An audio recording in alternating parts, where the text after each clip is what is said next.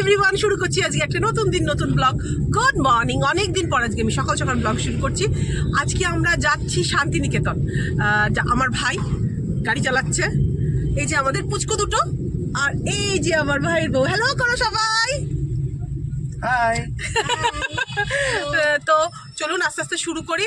ছেলেটাকে বলেছিলাম যেতে, দিদির ছেলেটা যেহেতু যাচ্ছে না, ও সেই জন্য যাচ্ছে না, তো সেই কারণে আপাতত এই দুটো বাচ্চাকে নিয়ে যাচ্ছি। শান্তিনিকেতনের একটুখানি মিউজিয়াম এগুলো দেখানোর ইচ্ছে আছে, জানি না আমরা আজকে খোলা পাবো কিনা। আর যদি না হয় তাহলে শুধুমাত্র আমরা দেখি আশেপাশটা যা হোক দেখবো। আর সোনাঝুরিটা আমাদের মেন টার্গেটই বলছি। ঠিক আছে, চলুন তাহলে দেখা যাক। Let's start.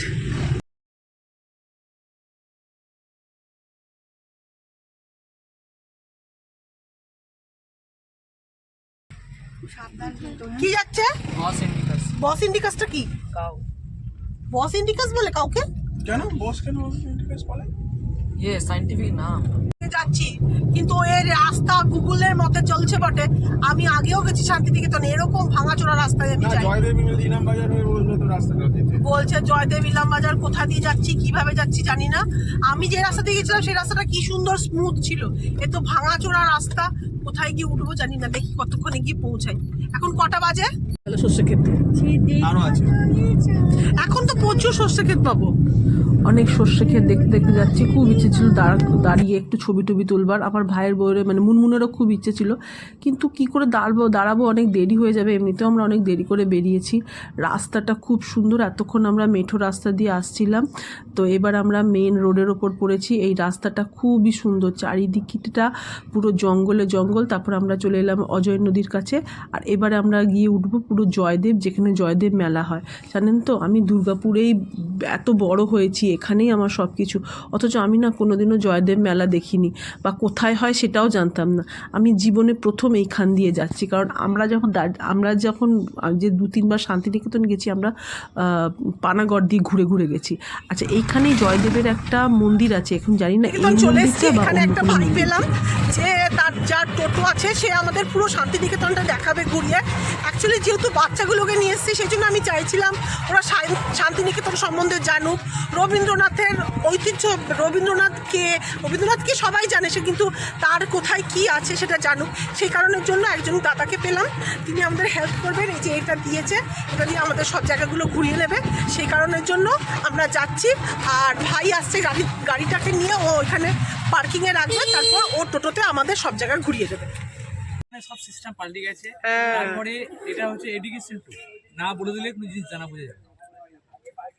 হেঁটে হয়তো আপনি এখান থেকে 4 কিলোমিটার চলে যাবেন।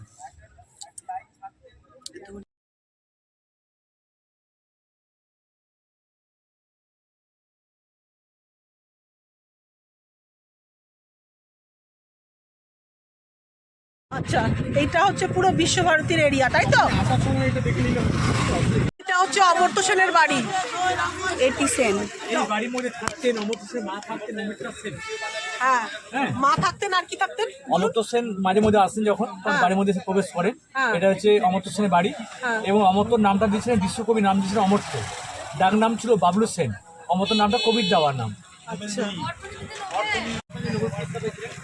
ওদের তো কৃষি অর্থনীতি। হ্যাঁ, অ্যাগ্রো ইকোনমিকের জন্যই নোবেল পুরস্কার পেয়েছিলেন না? আচ্ছা, ডান দিকে যে দেখতে পাথরের কাজটা, হ্যাঁ এটা বাড়িটা রামকিঙ্করের বাড়ি, রামকিঙ্কর বেজ, হ্যাঁ, রামকিঙ্কর বেজ। যার বাড়ি ছিল বাঁকুড়া ডিস্ট্রিক্টে। আচ্ছা, এই কাজটি বাড়িতে যে এক ভদ্রমহিলা গাছে জল দিচ্ছেন, ফুল গাছে। হ্যাঁ। চামড়া ব্যাগে জল ভরে সেই ব্যাগটি কানে নিয়ে এসে ফুল গাছে জল দিচ্ছেন। আচ্ছা, এর বাড়িতে রামকিঙ্কর বেজ। আচ্ছা, বাহ। যত দেখবেন যে পাথরের অমর্ত্য সেনের বাড়ি, ওই যে সারা বাড়িটা, হ্যাঁ। এই বাড়িটা হচ্ছে নন্দলাল বসুর বাড়ি। আচ্ছা, যে নন্দলাল বসু বাংলা সহজ পাঠে ছবি এঁকেছিলেন, 3টে শালি ঝগড়া করে রান্না চালিয়ে ঘরে, হ্যাঁ। নৌকা বলি, অওয়া, হরপ্পা, মহেন্দ্রগুলো। হ্যাঁ। তিনি বিখ্যাত আর্টিস্ট মাটির উপর। এই আচ্ছা। মাটির ভাস্কর এবং বইয়ের মধ্যে উনি এই ছবি রেখেছিলেন। আচ্ছা, গেটের মধ্যে লেখা আছে নন্দ, লেখা আছে দুটো লেখা, দুপাশে লেখা আছে অ্যাঙ্গেলের মধ্যে নন্দ লেখা আছে, নন্দ হ্যাঁ হ্যাঁ, নন্দ লেখা আছে। দুপাশে লেখা আছে। হ্যাঁ হ্যাঁ হ্যাঁ হ্যাঁ, নন্দলাল বসুর বাড়ি, তাই তো? চলো দেখতে দেখতে যাই। সহজ পাঠ লিখতো আমাদের, তার নন্দলাল বসু, সে তার বাড়িটা। এই বাড়িটা আগে ছিল খড়ের ছাউনি। হ্যাঁ তিনি বিখ্যাত যিনি রবীন্দ্রনাথ গানের সুর দিতেন শান্তিদেব ঘোষ, এটা শান্তিদেব ওনার বাড়ি। শান্তিদেব ঘোষের বাড়ি। লেখা আছে না, বাবার নাম কালীমোহন ঘোষ, দাদার নাম সাগরময় ঘোষ। হ্যাঁ, আশাপতি মাঝির কাছ থেকে ক্রয় করে জমি কিনেছিলেন। ইনি রবীন্দ্রনাথ গানের সুর দিতেন। কণিকা বন্দ্যোপাধ্যায়, যার নাম বিশ্বকবির নাম দিয়েছিলেন, মোহরদি নাম দিয়েছিলেন। হ্যাঁ হ্যাঁ হ্যাঁ হ্যাঁ, এবং গানে ছিলেন কণিকা বন্দ্যোপাধ্যায়, সুচিত্রা মিত্র, হ্যাঁ। শান্তিদেব ঘোষ। হ্যাঁ এটা বিখ্যাত পুরনো লোক। হ্যাঁ বুঝেছেন তো? হ্যাঁ হ্যাঁ কাজ এখানে কাজটা, হ্যাঁ এই যে কাজটা, কোনটা গো? এই যে কাজটা, হ্যাঁ হ্যাঁ হ্যাঁ এটা যে গ্রামগঞ্জে মানুষ যেমন আগে ধান ঝাড়াই করতো না, হ্যাঁ পাটার মধ্যে পিটিয়ে হ্যাঁ সেই কাজই বাড়িতে রাম কি করবে। তিনি সম্পূর্ণ কাজটা শেষ করে বলে পুরো হাত পা তুলে মাথা করতে পারলেন না। তার জন্য বর্তমানে ছবি দেওয়া আছে, একদম বাংলা সহজ পাঠা বই প্রথম পাতা ছবি রাখা হয় হ্যাঁ ওই ছবিটা। আচ্ছা এটা সমস্ত ডিপার্টমেন্ট, কলাভবনে আর্ট ডিপার্টমেন্টগুলো হ্যাঁ যারা এই ভেতরে নিয়ে যাবেন আমাদের? আচ্ছা এটা শুধু মিউজিয়াম দিতে পারবে, বাকি সময় এইভাবে যেতে হবে। বাইরে দিয়ে দিই? এটাই কলাভবন ডিপার্টমেন্ট, আর্ট কলাভবন। এখানে মেলা হয়, নন্দন মেলা, হ্যাঁ ডিসেম্বর মাসে 1 তারিখ 2 তারিখে নন্দলাবুর জন্ম তারিখে আচ্ছা সে মেলাটা এখানে হয়, বুঝলো? যে দেখে কালকর্ম যে বানিয়েছেন, হ্যাঁ ওগুলো তো একটু দেখতাম আমরা, ছাত্র বানিয়েছেন। এখন এগুলো ঢুকতে দেয় না।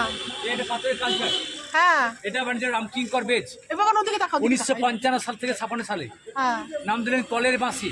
হ্যাঁ কলের ডাকে কাজ যাচ্ছেন আদিবাসী মেয়েরা, সকাল সকাল উঠে 2 বোনে হাত ধরে কাজ যাচ্ছিলেন। হ্যাঁ। সেই সময় বাড়ি থেকে ওনাদের বাচ্চা চিৎকার, মা আমি তো সঙ্গে যাবো।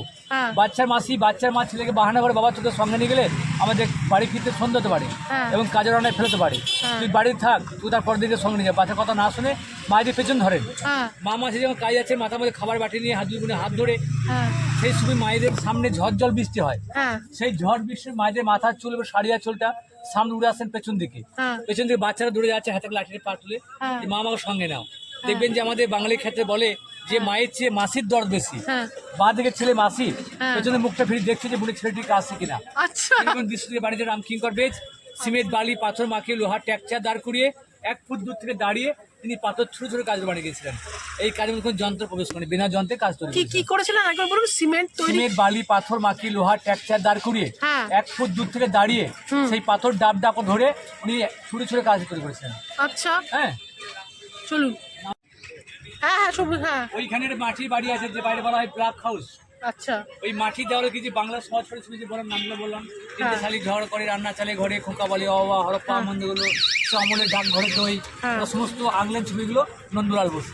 আচ্ছা হ্যাঁ, রাস্তার বাইরে আছে হলুদ রঙের বাড়িটা। হ্যাঁ। ওই বাড়ির মধ্যে থাকতেন বিশ্বকবির ছোট মেয়ে, হ্যাঁ। যার নাম ছিল মীরা দেবী। হ্যাঁ মীরা দেবী ওই বাড়িতে বসবাস করার পরে তিনি মারা যায় কবি চোখের সামনে। 22 বছর বয়সে যক্ষরেতে মারা গেছিলেন। আচ্ছা কবি পুনরায় আবার ওখানে বসে উনি লিখলেন, ওনার মেয়ের নামে একটা কাব্য লিখেছিলেন, যেন কাব্যের নাম বলা হয় মালঞ্চ কাব্য। আচ্ছা ওনার মেয়ের নাম লিখেছিলেন বলতে। আচ্ছা নাম দিলেন গ্রাম ছাড়া আদিবাসী। মাথার উপরে ঝুড়ি, কারণ ওটা বেরিয়ে আসছে, কথা শুনলে আচ্ছা আচ্ছা ওনার বাঁ দিকে ওনার স্ত্রী আছে, ওখানে একটা বাচ্চা আছে, হ্যাঁ। মাথার উপরে ঝুড়ি আছে একটা, ঝুড়ির মধ্যে বাড়ির মালকল চাপিয়ে নিয়েছে। হ্যাঁ। যেমন শ্রাবণ কুমার যাযাবর অন্ধ মা বাপকে যখন নিয়ে গেছেন ঝুড়ি বসিয়ে কান্দ করে, সেরকম ভাবে ওনার সামনে একটা বাঘ তৈরি করে একটা কান্দের উপরে বাঘ আছে, দুপাশে ঝুড়ি আছে, পেছনে গেছে বাড়ির মালপত্রগুলো, সামনে একটা বাচ্চা বসে আছে, তার নিচে একটা পোষা কুকুর সঙ্গে যাচ্ছে। হ্যাঁ, এই যে এই কাজটা। এটা বানিয়েছিল রামকিঙ্কর বেজ 1938 সালে। ওই নুড়ি পাথর দিয়ে যেমন বানিয়ে বললাম, ওই পাথর ছুঁচে বানিয়েছিলেন। ওই বাঁ দিকে লেখা আছে মালঞ্চ লেখা আছে, হ্যাঁ। তার পাশে কালো বোর্ডে লেখা আছে কিঙ্কর উদ্যান। আচ্ছা 2013 নাম দিয়েছেন কিঙ্কর উদ্যান। আচ্ছা গাড়ির সামনে দেখুন দুইটা খান ডান দিকে, সাদা দেওয়ালের মধ্যে সাদা ডিজাইন গুলো পাচ্ছেন, সাদা। সমস্ত ওদিকে তাকে বাবা, ওদিকে ওদিকে ওদিকে। ডিজাইনে করা। হ্যাঁ, ওই যেটা সহজ করে ডিজাইনের করা, কিন্তু আরেকটু যেতে হবে, আরেকটু ওই গেলে দেখা যাচ্ছে। এখন তো ভেতরে ঢুকতে দিচ্ছে না। হ্যাঁ আমরা এগুলো সব আগে ভেতরে ঢুকে দেখতে, ভেতরে ঢুকেছি আমি। হ্যাঁ এখন আর ঢুকতে দেওয়া হয় না এগুলো। দেখছেন একটা ঢুকে আছে। ওই যে করোনার পর থেকে করে দিয়েছে এটা। আমরা কলাভবনের ভেতরে ঢুকেছি, ছেলে যে হ্যাঁ। নাচছে দেখলে হ্যাঁ কি ভালো লাগতো দেখতে। তো ঘর আচ্ছা বর্ষাকালে পরীক্ষা নাটক যেন অ্যাডমিশন নেওয়া হয়, এখানে হল মাঝে পার্টিসিপেন্ট একটু এই দিকটা দেয়, এখানে নানান বিদেশ বাড়ির থেকেও ভিতরে পড়তে একটা আসে পশ্চিম জানিস দিকে তো? কেচ করা আছে, বাইরে বাইরের পূর্ব দিকে কেচ করা আছে। কবি এখান থেকে বিখ্যাত নাটক যে নাটকের নাম বলা হয় রক্ত করবি নাটক। হ্যাঁ এখান থেকে ডান দিকে ছোট্ট করে বাড়ি যে পাতা বাজে ঘেরা আছে, এই বাড়ি তৈরি করে 2012-তে তৈরি করলেন। যে টোটোগুলো দাঁড়িয়ে আছে এমন ভাবে দেখতেই তো পাচ্ছি বাড়িটা না। হচ্ছে ইগলু হাউস, এসকে মডেল বাড়িটা। আচ্ছা আচ্ছা, হ্যাঁ ইগলু হাউসটা, হ্যাঁ হ্যাঁ হ্যাঁ, যেটা বানিয়েছে এই যে ইগলু হাউস। এটা হচ্ছে নন্দন আর্ট গ্যালারি অফিস, কিসে? কি বিল্ডিং? Art office. এটা আর্ট অফিস, আচ্ছা।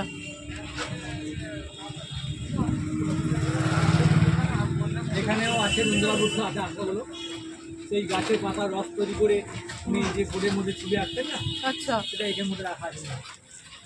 কি আছে দাদা আরেকবার বলুন, কি বললেন? রবীন্দ্রনাথ বসুর যে হাতে আঁকাগুলো হ্যাঁ এই নন্দনে রাখা আছে। আচ্ছা, গাছের পাতার রস তৈরি করে সেই রস দিয়ে উনি মানে ছবি আঁকতেন। গাছের পাতা রস দিয়ে, হ্যাঁ।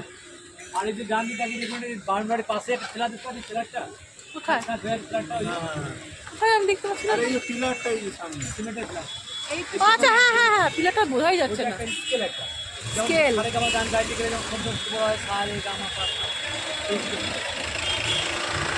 বোঝা যাচ্ছে না গো ওটা ভালো করে। হ্যাঁ হ্যাঁ হ্যাঁ, আচ্ছা হ্যাঁ, এর মধ্যে রবীন্দ্রনাথ ব্যবহার। তলা, হ্যাঁ ছাতিমতলা। এই জায়গায় সর্বপ্রথম প্রতিষ্ঠা করলেন বিশ্বকবির বাবা মহর্ষি দেবেন্দ্রনাথ ঠাকুর হ্যাঁ। 1852 সালে 1 টাকার বিনিময় 20 বিঘে জায়গায় প্রথম কিনেছিলেন। ছাতিমতলাটা না, 1 টাকার বিনিময়। আমি বসে ওখানে বসে এই হ্যাঁ। বছর 3বার খোলা হয়। 25শে বৈশাখ কবির জন্ম তারিখ, কবার খোলা হয়? 3বার। তিনবার। 25শে বৈশাখ কবির জন্ম তারিখ, হ্যাঁ 22শে শ্রাবণ নিত্য দিবস, হ্যাঁ। 23শে ডিসেম্বর মেলা, এই 3বার গেট খোলা হয়। আচ্ছা, নাহলে খোলাই হয় না না? আর ডান দিকে যে বড় বিল্ডিংটা, হ্যাঁ। এই বাড়িটা হচ্ছে প্রথম বাড়ি। ওই হ্যাঁ। বাড়িটা শান্তিনিকেতন হয়। হ্যাঁ হ্যাঁ হ্যাঁ, এটা দেখ গায়ে কাঁটা দিচ্ছে রে আমার।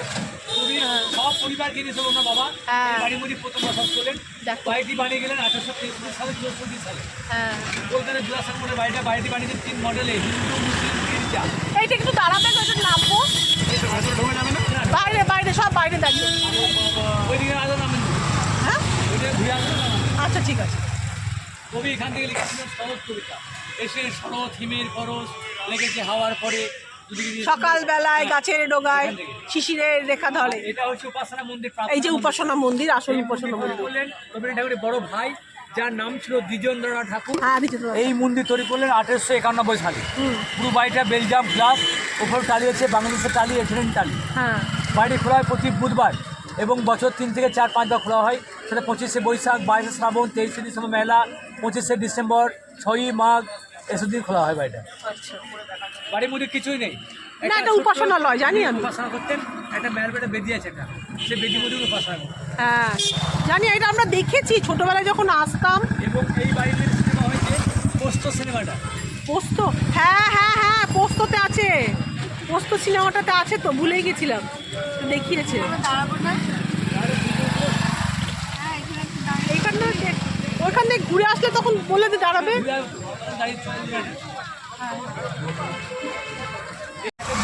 মাঝখানে বাড়ি আছে, একটা মাটির বাড়ি, খড়ের ছাউনি। আচ্ছা বাড়ির মাঝখানে তাল গাছ একটা, এই জায়গায় মাঝখানে তাল গাছই আছে। আচ্ছা, বাড়ির নাম ওই তালুর ঘর। তাল গাছ এক পায়ে দাঁড়িয়ে, তাল গাছ এক পায়ে দাঁড়িয়ে। এই যে তাল গাছটা, এই যে সেই তাল গাছটা। কত বছর ঘরটা চেঞ্জ করছে। তাল গাছ এক পায়ে দাঁড়িয়ে, সব গাছ ছাড়িয়ে একই রকম আছে না? হ্যাঁ ও তাই নাকি? গাছটা মাঝখান দিয়ে ক্ষয়ে গেছে, আর মনে হয় ঝড় দিয়ে গাছটা। তাল গাছ এক পায়ে এখান থেকে বিশ্বকবি মা রবীন্দ্রনাথ যখন ছিলেন না, তখন এখান থেকে জলযুগের ব্যবস্থা ছিল। মানুষ যদি জল পান করে এটা ছোট মডেল, এখান থেকে নতুন কোনো পাওয়া যায়। এটা কি সুবর্ণরেখা? নতুন পুরনো বই, হ্যাঁ নতুন পুরনো বইয়ের বিকাশ, বিশ্বভারতী। ডান দিকে দাঁড়িয়ে দেখুন বিখ্যাত এই বট গাছ আছে। হ্যাঁ এই বট গাছটার কিছু একটা বট গাছ লাগালেন কবির বাবা মহর্ষি দেবেন্দ্রনাথ ঠাকুর। তখন কবির বয়স মাত্র 11 বছর 9 মাস বয়স। কবিকে সঙ্গে নিয়ে বেড়াতে চলে গেছিলেন কোপাই নদীতে। সেই নদী দেখে লিখেছেন কবিতা লিখলেন কবি যে আমাদের ছোটো নদীগুলো আছে, বাকি বৈশাখ মানুষ তার হাতে জল থাকে। ঠিক না সন্ধে না দিনে ওনার বাবা দেখতে পেলেন ছোটের বটের চারা, সেই বর গাছটিকে নিয়ে এসে জায়গায় লাগানোর পরে উনি গাছটিকে জল দেওয়ার জন্য পাশে একটা পুকুর গাড়িছিলেন। আচ্ছা সেই পুকুর থেকে যে মাটি উঠে সেই মাটিতে গাছকে ভরাট করলেন। খুবই কিছু পাথর নিয়ে এসেছে, পাথরকে গাছটি দিয়ে উনি গাছটিকে তোলা সাজিয়েছিলেন। গাছটির খুবই নাম দেন 3 পাহাড়ি বট গাছ। আচ্ছা, এই পাহাড় এই বটগাছটা খুবই এই জায়গায় উনি বাবা কিন্তু গাছটা জল দিয়ে সূর্যকে তাকিয়ে সূর্যদেরকে প্রহার করে উপাসনা করতেন। আচ্ছা কবি দিলে বাবাদের গাছ লাগিয়ে গেল। হ্যাঁ কবিতা করে এখান থেকে লিখে শুরু করেন 4 লাইনে হাট কবিতা। কুমোর পাড়া গরু গাড়ি বোঝাই করা খোলসারি গাড়ি চালা এবং সুবদন সঙ্গে যে যায় ভাগ্নে মদন। এখানে 4 লাইন লেখা করে বাকি চ্যালেঞ্জে শেষ করে দিয়ে বাংলাদেশে গিয়ে যে হাট বসে শুক্রবারে বংশীগঞ্জে পদ্মা পাড়ে বাংলাদেশে শেষ করলেন সেলাই দেহ পারে পদ্মা পারে। আচ্ছা এবং এই বড় ছবি দেখবেন প্রতি বাড়িতে যদি বই থেকে সহজপাঠ বই কিশোরায় বইয়ে প্রথম ছবি আঁকা হয়। বটগাছের এই ছবিটা আছে কিশলায় বইতে না? হ্যাঁ হাট বসেছে শুক্রবারে বক্সিগঞ্জে পড়তে পারে, জিনিসপত্র জুটিয়ে এনে গ্রামের মানুষ বেচে কেনে। হ্যাঁ বাবুদের কালপুরে দিয়ে হাবুদের কালপুরে ওরা তো নজরুলের কবিতা। নজরুল হ্যাঁ নজরুল লিখেছিল এখানে। নজরুল এই কবিতা এখানে এসে লিখেছিল। সবাইকে নিয়েছিলেন, আচ্ছা মহাত্মা গান্ধীকে নিয়েছিলেন, হ্যাঁ নেতাজি সুভাষচন্দ্র বসুকে নিয়েছিলেন, কাজী নজরুলকে নিয়েছিলেন। হ্যাঁ তুই কোনখানের বল লিখেছে বাবুদের তালপুকুরে? ওই যে তালপুকুর আচ্ছা এখানে একটা তালপুকুর আছে, সেখানে থেকে কবি নজরুল ইসলাম লিখেছিলেন বাবুদের তালপুকুরে বাবুদের ডালপুকুরে।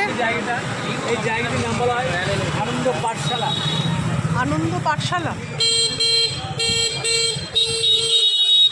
বাবুদের তালপুকুরে বাবুদের তালপুকুরে বাস করলে তারা বলতাম একটু দাঁড়া, পুকুরের ওই কাছে না লিচুর এক গাছ আছে না। হ্যাঁ বলুন। এই জায়গাটিকে বলা হয় আনন্দ পাঠশালা। সর্বপ্রথম কবি যখন শুরু করলেন গাছের যে ক্লাসটা 1901 সালে কবির ছেলেকে নিয়ে ছাতিমতলা থেকে, আচ্ছা সেখান থেকে সেই স্মৃতি মেনে এখনও ক্লাস হয় গাছনিতে ওখানে ক্লাস 1 থেকে 10। শান্তিনিকেতনে পড়াশোনা হয় 22 রকমের ভাষা নিয়ে। হ্যাঁ আর গাছের যে ক্লাস হয় ক্লাস 1 থেকে 10, যেটা বিশ্বকবি শুরু করলেন সেই নিয়মটা এখনও মেনে চলেন। হ্যাঁ আচ্ছা দেখছেন গাছের বেদি আছে, ওই বেদির মধ্যে টিচাররা বসবেন, এই যে বাচ্চা বেদি। দুটো আসন নিয়ে আসবেন, একটা আসনে বাচ্চারা বইপত্র রাখবেন, একটা আসনে বাচ্চারা বসবেন, আর গাছের নিচে ব্ল্যাকবোর্ড টাঙিয়ে দেবেন। যে সময় ঝড় বৃষ্টি হয় তো পাশের বাড়ির মধ্যে ক্লাস নেওয়া হয় বাকি দিন গাছের তলায়। সামনে এখন ক্লাস 1 থেকে 10 সামনে একটা মাটির বাড়ি খড়ের ছানি বাড়ি দেখছেন না, হ্যাঁ। ওই বাড়িটি কবি নাম দিয়েছিলেন দেহুলি বাড়ি। এগুলি বাড়ি ওই বাড়ির মধ্যে কবির স্ত্রী বসবাস করে গেছিলেন কবির স্ত্রী? নীলানন্দিনী দেবী। মিলালিনী দিদি ওই বাড়ির মধ্যে বসবাস করার পরে সর্বপ্রথম শুরু করলেন 1901 সালে গাছের যে ক্লাসটার কবি। 1902 সালে ওনার স্ত্রী মারা যায়। হ্যাঁ হ্যাঁ কবি কিন্তু 1910 সালে বাড়ির মধ্যে বসে বিখ্যাত বই লিখেছিলেন, যে বইয়ের নাম হচ্ছে গোড়া উপন্যাস। ঘোড়া উপন্যাস। আচ্ছা পাশে বাড়ি কবি নাম নতুন বাড়ি। নতুন বাড়ির মধ্যে কবি শুরু করেন লিখতে 1912 সালে গীতাঞ্জলি বই। তার পাশে বই তার তার পাশে পাশে বাড়িটা 1912 সালে গীতাঞ্জলি লেখার পরে 1913 সালে কবি নোবেল পুরস্কার পেলেন। আচ্ছা সেই তো নোবেল উনি কি এক একটা বাড়িতে এক একটা বসে বসে কবিতা উপন্যাস লিখেছিলেন? হ্যাঁ উপন্যাস। তারপরে কবি এখান থেকে চলে গিয়েছিলেন মিউজিয়ামটার ভেতরে, সেখানে 5টা বাড়ি তৈরি করলেন, যে 5টা বাড়ির মধ্যে কবি এক এক বাড়িতে এক এক দিনে বসবাস করতেন। সেই বাড়ির নাম হয় শ্যামলী, উদিচি, উদয়ন, কোনার, সমস্ত 5টা বাড়ির মধ্যে বসবাস করতে করতে সেখান থেকে একটা বাড়ির মধ্যে লিখলেন শেষ যাত্রা। শেষ যাত্রা। ওখানে শেষ যাত্রা লিখলেন। উনি তখন অসুস্থ হয়ে গেছিলেন, উনি চলে গেলেন চিকিৎসা করার জন্য কলকাতার জোড়াসাঁকোর ঠাকুর বাড়ি। কবির সেখানেই জন্ম, সেখানেই মৃত্যু। হ্যাঁ কবি সেখান থেকে আর উনি ফিরে আসতে পারেন। ওনার সমাধি হচ্ছে নিমতলা শ্মশান সমাধি। উনি মারা গিয়েছিলেন 1941 সালে। বাড়িগুলো আপনাদের ভালো করে দেখাতে পারছি না। একটাতে বলছে গোড়া উপন্যাস লিখেছিল, আর একটাতে আরেকটা কি বলে গোড়া উপন্যাস, আরেকটা কি বলে গীতাঞ্জলি। হ্যাঁ আর পাশের আর একটাতে গীতাঞ্জলি। যদি তুমি তাকাবেন যে দাদা হ্যাঁ। ওই যে লাল মঞ্চটা, লাল বেদিটা, কই লাল বেদি গো? সবাই দূরে লাল বেদিটা ও সেই পিছনে, অনেক পিছনে তো। অনেক দূরে। হ্যাঁ হ্যাঁ ওইটার নাম বলা হয় আম্রকুঞ্জ। আম্রকুঞ্জ। হ্যাঁ এখানেই ওখানে 3 আছে। রকম গাছ আছে, আম গাছ, বকুল গাছ, শাল হ্যাঁ গাছ। হ্যাঁ কবি সেই জায়গায় নাম দিলেন, দাঁড়িয়ে সেই জায়গায় দাঁড়িয়ে নাম দিলেন আম্রকুঞ্জ, বকুল বৃত্তি এবং শাল বৃত্তি। যেখানে ক্লাস হয় ক্লাস 2 থেকে 10, ওই জায়গায় ক্লাস নেওয়া হয়। আর ওই মঞ্চ ছিল আগে মাটির মঞ্চ। অনেক যে দূরে সময় আপনারা মাটির দেখতে মঞ্চ পাবেন ছিল, কিনা জানি না। সেই সময় আমাদের দেশের প্রধানমন্ত্রী ছিল জওহরলাল নেহরু। ওই যে লাল লাল একটু দেখা যাচ্ছে উনি ওইটা। প্রথম এসেছিলেন, ওই মঞ্চে উনি প্রথম উদ্বোধন করলেন। জওহরলাল নেহরু। ওখান থেকে আমার শুরু হয় বসন্ত উৎসব দোল খেলা, ওরে গৃহবাসী খোলদার খোল লাগলো দোল, ওখান থেকে মেয়েরা গান গেয়ে পেছন দিকে বড় মাঠ আছে, মাঠে গিয়ে হ্যাঁ। আর ওই মঞ্চ থেকেই যিনি প্রধানমন্ত্রী হবেন তিনি হচ্ছে বিশ্বভারতী আচার্য। হ্যাঁ ফার্স্ট সেকেন্ড যারা পাস করবেন তাদের হাতে সার্টিফিকেট তুলে দেবেন প্রধানমন্ত্রী এসে, হ্যাঁ। ছাতিম পাতাপোল সার্টিফিকেট, যেটা বলা হয় সমাবর্তন ডিগ্রিটা। এটাই কি বলে একটা সেন্ট্রাল লাইব্রেরি, সেন্ট্রাল লাইব্রেরিটা লাইব্রেরি তো ওটা হলো সেন্ট্রাল অফিস।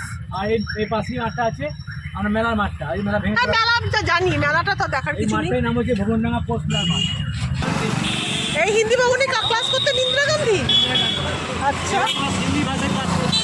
আচ্ছা, তারপর ইন্দিরা গান্ধী কবি নাম দিয়েছিলেন প্রিয়দর্শনী, প্রিয়দর্শনী, কবি নাম দিয়েছিলেন। হ্যাঁ প্রিয়দর্শনী নাম দিয়েছিলেন, রাইট। হ্যাঁ এই পাঠভবনে, এই হিন্দি পাঠভবনে ইন্দিরা গান্ধী ক্লাস করতেন। এগুলো কি সব হিন্দি পাঠভবনের এই এলাকা? মেলা ভাঙা মেলা। হ্যাঁ যে ভাঙা মেলা, এখানে মেলা। হ্যাঁ হ্যাঁ হ্যাঁ, সামনে মেয়েরা এটা 1 নম্বর গেট বিশ্বভারতী, যেমন কুটুমদের আছে। এই যে ঝুলাম বিশ্বভারতী যেখানে দুলাম না সব নম্বরকে। আপনাদের সবাইকে আমি যাদবপুরের গেট দেখিয়েছিলাম, আজকে আমি আপনাদের দেখালাম বিশ্বভারতীর গেট। ডান দিকে দেখুন টালির ছাউনি বাড়ি, পাখা দেওয়ালে। ওই টালির বাড়ির ছাউনি মধ্যে কোথায় গো? ওই যে ভেতরে ওই বাড়ির মধ্যে থাকছে এ মা দেখতে পাচ্ছি না কিন্তু জানো। ওই বাড়িটা ওই আচ্ছা হ্যাঁ হ্যাঁ হ্যাঁ ওই বাড়িটার মধ্যে থাকতেন ওইটার বড় ভাই থাকতেন, যার নাম বললাম দ্বিজেন্দ্রনাথ ঠাকুর। হ্যাঁ। থাকতেন ওখানে, লেখা আছে ডান দিকে গ্রাম। আচ্ছা দ্বিজবিরাম। হ্যাঁ একটু এগিয়ে দাঁড়াও, একটু এগিয়ে দাঁড়াও, ভাইরে সরবে।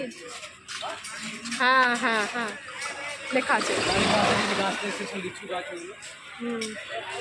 এই লিচু নামে তিনি একটা হোস্টেল তৈরি করলেন। কি বললেন? লিচু বাংলা ছাত্রবাস। লিচু বাংলা ছাত্রবাস, তাই না? হ্যাঁ লিচু বাংলা ছেলেদের হোস্টেল। আচ্ছা লিচু বাংলা জায়গাটা খুব নাম হচ্ছিল বলে নাম দিলেন লিচু বাংলা। আচ্ছা এই দিকে ডান দিকে বসে দেখছেন সব বিশ্ব স্টাফদের কোয়ার্টার। বিশ্বভারতী টোটালি জায়গা হচ্ছে 3600 লিচু বাংলো ছাত্রবাস। এই 20 বিঘে জায়গা প্রথম নিলেন রায়পুর জমিদারের কাছ থেকে, যার নাম ছিল ভুবন মোহন সিংহ রায়, যার নামে রাস্তা আছে কলকাতায় লর্ডসিনা রোড। তার কাছ থেকে কবি বাবাজি বললাম 1862 সালে 1 টাকার বিনিময়ে 20 বিঘে জায়গা রেজিস্ট্রি করলেন কলকাতা আলিপুর কোর্টে গিয়ে, ঠিক আছে। তারপরে কবি সেখান থেকে লিখেছিলেন বাক্য কবিতা, তিনি আমার প্রাণে আরাম, মনের আনন্দ, আত্মার শান্তি। এইখানটাকে বলেছিলেন, সেটা ওখানে স্বাধীনতা জারি লেখা। কিন্তু এটা তো রবীন্দ্রনাথের বাবা কিনেছিলেন। বাবা লেখা, হ্যাঁ বাবা লিখেছিলেন। ও আচ্ছা বাবা লিখেছিলেন। আর 1901 সালে শুরু করলেন কবি ছেলেকে নিয়ে ক্লাসটা। আচ্ছা তার নাম ছিল রতীন্দ্রনাথ ঠাকুর, হ্যাঁ রথীন্দ্রনাথ ঠাকুর। যার নামে একটা মেলা হয় রতীন্দ্র মেলা শ্রীনিকেতনে। শ্রীনিকেতনে, শ্রীনিকেতন এগ্রিকালচার ডিপার্টমেন্ট। হ্যাঁ হ্যাঁ দ্বিজবিরাম এটা। বোলপুরে কিন্তু ভেতরে হ্যাঁ যেখানে কবি যে বিদেশ থেকে ঘন্টা নিয়ে এসেছিলেন, হ্যাঁ যে ঘন্টা দিয়ে আগে মানুষকে সচেতন করাতেন, সেই ঘন্টাটা ওখানে রাখা আছে। আচ্ছা আমরা শান্তিনিকেতন এরকম টোটো করে ঘুরছি, কিন্তু আমার মনে আছে ছোটবেলায় যখন আমরা এসেছি পায়ে হেঁটে, আমার ভাইও সেটাই বলছে যে আমরা সব পায়ে হেঁটে আমরাও পায়ে হেঁটে ঘুরেছি। এই যে সমস্ত বেদি দেখলাম, এইগুলোতে আমরা মানে ছুঁয়েছি, স্পর্শ করেছি। বিভিন্ন জায়গাগুলো, যত জায়গা বলছে সব জায়গাগুলো, যে ঘরগুলো বলছে সেই ঘরগুলো আমরা ছুঁয়েছি। এখন কেমন খারাপ লাগছে জানেন তো, খুব নস্টালজিক লাগছে নিজেদের, খুবই বিয়ে লাগছে, খারাপ লাগছে যে দেখে আমাদের গায়ে কোথায় যেন একটা হালকা কাঁটাও দিচ্ছে। বল মুনমুন, এটা কিন্তু হচ্ছে, এটা কিন্তু আমাদের মধ্যে হচ্ছে, কারণ আমরা এখনও মনে প্রাণে কবিকে নিজের লোকই মনে করি। কারণ সত্যি তো আমি বাঙালি, আমার গর্ব, তো সে কারণের জন্য ভালো ভীষণ লাগছে, কিন্তু কোথাও যেন একটা হালকা কষ্ট যে এগুলোকে আমরা এত দূর থেকে যেতেই পারছি না ভেতরে। এবং যেতে পারছি না। বাচ্চাগুলোকে নিয়ে এসেছিলাম, ও আমরা যেই অনুভূতিগুলো নিয়েছিলাম সেটা আমাদের ছেলে মেয়েদের মধ্যে দিতে পারলাম না, এটার জন্য কোথাও একটু হালকা খারাপ লাগছে। অবশ্য কিছু করার নেই, যখন করোনা হয়েছিল তখন এই রাস্তাগুলোকে বন্ধ করে দিয়েছে। বন্ধ করে দেওয়ার তো যেটা বলছিলাম, করোনা হওয়ার সময় সমস্ত গেটগুলোকে বন্ধ করে দিয়েছে, সেই কারণের জন্য আর এখন আমরা সব কাউকেই ঢুকতে দিচ্ছে না, শুধুমাত্র যারা স্টুডেন্ট এখানে পড়াশুনো করে তারাই শুধু এখানে যেতে পারছে। তো খুব ভালো। হ্যাঁ, আমরা শুধু বাইরে থেকে দেখছি, কিন্তু সত্যি বলছি এখনো আমার খুব ভালো লাগছে। মনের মধ্যে একটা হালকা শিহরণ আসছে যখন আমরা এগুলো দেখছি। আগে যখন এগুলো সম্বন্ধে দেখতাম, পাশ দিয়ে বেরোতাম, শান্তিনিকেতন আমরা বহুবার এসেছি, কিন্তু যেহেতু বাচ্চাগুলোকে একটু দেখাবো, একটু জানাবো, যদিও আমরা সবই জানি, কিন্তু এখানের গাইডরা যেটা জানে, যতটা ভালো করে জানে বা বলে, যেটা তো আমরা এতটা ভালো করে জানবো বা বলতে পারবো না। সেই কারণের জন্য যখন উনি বলছেন না, সত্যি ভীষণ ভালো লাগছে। চলুন, আমাদের মোটামুটি ঘোরা হয়ে গেল, এবার আমরা মিউজিয়াম যাচ্ছি নাকি? আমাদের ঘোরা শেষ হয়ে গেল, এখন আমরা মিউজিয়াম যাচ্ছি, বাচ্চাগুলো একটু মিউজিয়াম ঘোরাবো।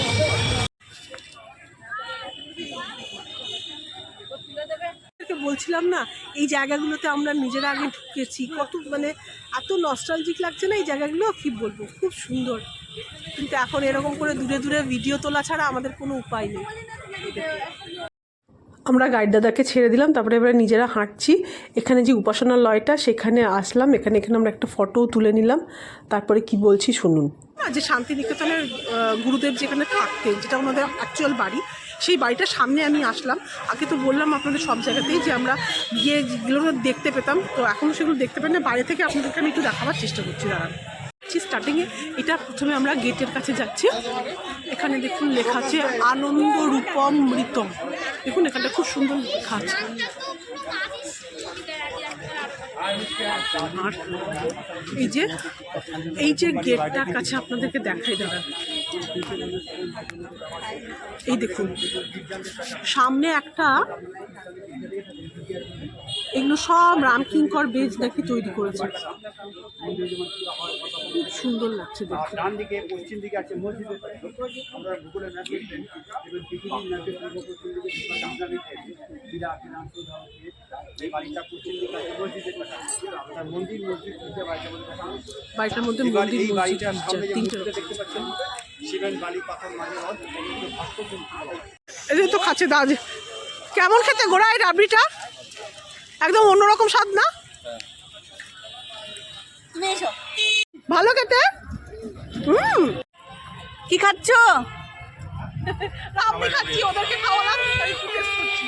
আচ্ছা, এরকম শান্তিনিকেতনে এসে সবাই রাবড়ি খাচ্ছে। এই যে রাবড়ি।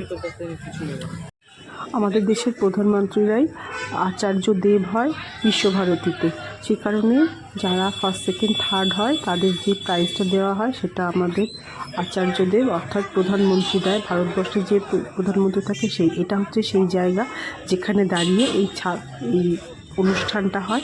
তাদেরকে একটা ছাতিম গাছ আর তাদের পুষ্পপত্র, যাই হোক, যেই ফার্স্ট সেকেন্ড থার্ড তারা এইটা পায়। আমরা শান্তিনিকেতনের মিউজিয়ামে চলে এলাম।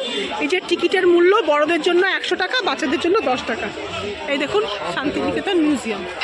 আমরা এবার মিউজিয়ামে ঢুকলাম। প্রথমে এই বাড়িটা, এখানে 5টা বাড়ি ছিল, তো ফার্স্ট আমরা এই বাড়িটাতে আসলাম। এই বাড়িতে প্রথমে জুতোটা খুলতে হবে, তারপর ভেতরে ঢোকা, তারপর আর কোনো ক্যামেরা অ্যালাউড নেই, তাই আমরা ক্যামেরা রেখে ঢুকলাম ভেতরে। মিউজিয়ামের একটা ঘর দেখে আসলাম। এখানে আরো ঘর আছে, কিন্তু এখানে তো সব জায়গায় ঢুকতে দিচ্ছে না। এখানে একটা ঠাকুরের গাড়ি আছে, ভাইটা একটু দেখবো, সেই কারণে।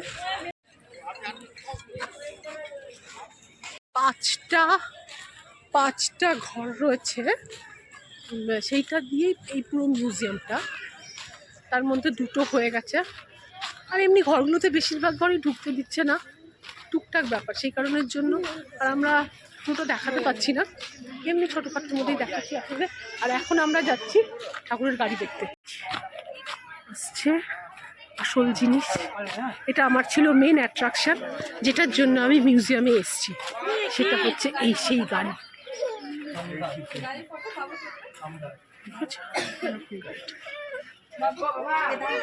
দেখুন গাড়িটা, 2টো গাড়ি ছিল, এখন তো দেখছি একটা গাড়ি। এই স্ট্যাচুটা দেখছেন, এটা প্রতিভা দেবী সিং পাটিল যখন আমাদের প্রেসিডেন্ট ছিলেন ভারতবর্ষের, তখন যখন এখানে এসেছিলেন তখন এই স্ট্যাচুটা দিয়েছিলেন 11 সালে। দেখুন আপনাদের একটা জিনিস দেখাচ্ছি, দাঁড়ান। দেখুন ছাপা মেশিন, হ্যাঁ ছাপার মেশিন, এটাকে ধরে এরম এরম কিছু একটা করতো, করে করতো। এখানটাতে এটা দিত আর এখানে নিত।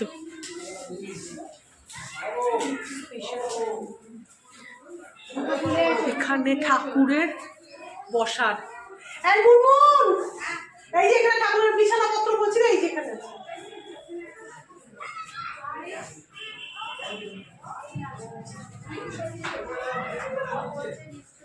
যে শ্যামলী নাটক যখন করেছিল, শ্যামলী তৈরি করার সময় এই ঘরটাতে থাকতো। যখন পুনশ্চ হয়েছিল তখন, পুনশ্চ শরীর খারাপের পরে, তখন এইখানে, আর কোনার একটা ওইখানে ছিল, ওটা ওটা আপনাদের দেখালাম, একটা কাঠের ইয়ে ছিল এখানে আগে। নাটক, কবিতা, উপন্যাস যখনই যেখানে যা লিখেছেন তার জন্য একটা নাকি আলাদা আলাদা করে ঘর সব দেখছি। জানি না এটা কী ব্যাপারে, সত্যি মিথ্যা আমি ঠিক এটাতে ঠিক শিওর হতে পারছি না। এখানে অনেক রকমের ঘর আছে যেই ঘরগুলোতে ঠাকুর থাকতেন, আর এগুলো সাজানোর জন্য করে রেখেছে। বেশ ভাল লাগছে দেখতে, তাই না? এটা রেপ্লিকা বলছিস? হ্যাঁ, আমার তো মনে হয় না।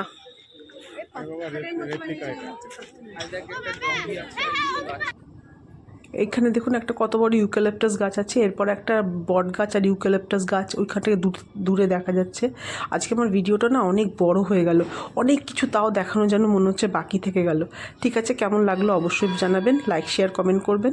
দেখা হবে তাহলে একটা নেক্সট ভিডিওতে। টিল দেন।